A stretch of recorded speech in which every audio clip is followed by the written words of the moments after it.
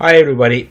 In this example we are going to go over job costing, and specifically we are going to use volume-based overhead application for job costing, and in the next examples we are going to go over more complicated cases where we are going to apply activity-based costing for job costing. But let's start with the volume-based costing because it has single driver and it is kind of easier.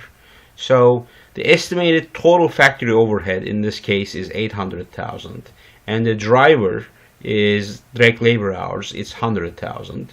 It's based on direct labor hours, and we know pretty much a lot of information about the processes. There are two jobs, and job A was completed during December and started earlier, and job B was started in December but didn't complete in December, so it's going to most likely complete January of the next year or February or so on. So this is important. Job A is completed in December and job B is not, but job B started. So the first thing is to calculate predetermined overhead rate for the current year.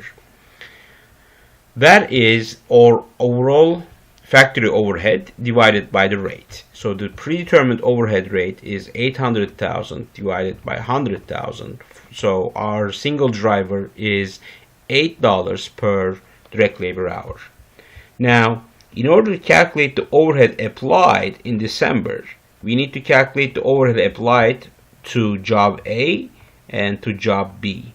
And the reason I'm highlighting these particular pieces is because these are my activities. The direct labor hours are my activities to assign the overhead of $8 per direct labor hour. Now, overhead applied to job A is the predetermined overhead multiplied by the activity of the job, that is 5,000 direct labor hours. And for job B, it's predetermined overhead rate multiplied by the activity for job B, and that is 32,000. The entire overhead that we are applying in December is the sum of two jobs. We are assuming there are no other jobs in December, just job A and B. So the total is $72,000 that we are applying in December. Now, let's calculate the total cost of job A. Now, this is also known in this particular case, since there is only one job that we are finishing in December, it's also cost of goods or cost of jobs manufactured in December. Again, that is because in this particular case, job A is the only one that we are finishing. So that's why it's the total cost of job A is also the cost of goods manufactured in December. Now, what we need to do for that is we are going to add direct material, direct labor cost, and the overhead that we just calculated in the previous slide. But in addition to that, there is work in process inventory that we are inheriting. So this part is important that we are getting from job A as well. And this needs to be November right here. And let's calculate the total job cost, including work in process inventory, 9,000 that we are inheriting, plus direct material cost, that is 60,000 given right here, plus direct labor cost, $10 per hour and 5,000 hours, plus the overhead that we are applying. The predetermined overhead rate was $8 and 5,000 was the activity in this case. So the total of working process inventory starting, which is just for job A, plus this direct material cost, 60,000, plus the direct labor cost, plus the applied overhead, is going to give us the total cost for job A. And that is, again, since job A is the only job that we are finishing and we can consider it as cost of goods manufactured in December.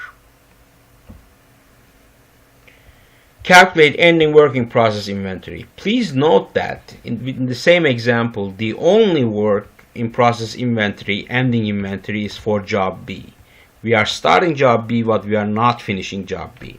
So job B doesn't have any work in process inventory starting at the beginning of the month.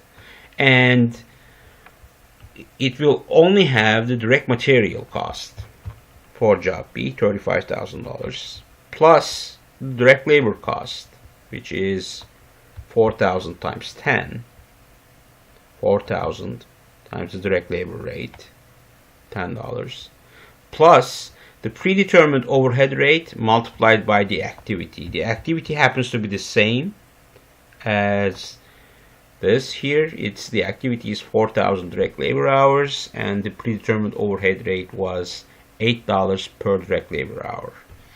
And direct material plus direct labor plus overhead is going to give us the total cost for job B. All we need to do is to make sure that we are checking direct material, direct labor, and factory overhead. We know what we are applying. This is volume based as opposed to activity based. Activity based will be even more complicated. That's why we are starting with this. And we want to make sure that we are checking whether there is a working process beginning inventory for this job.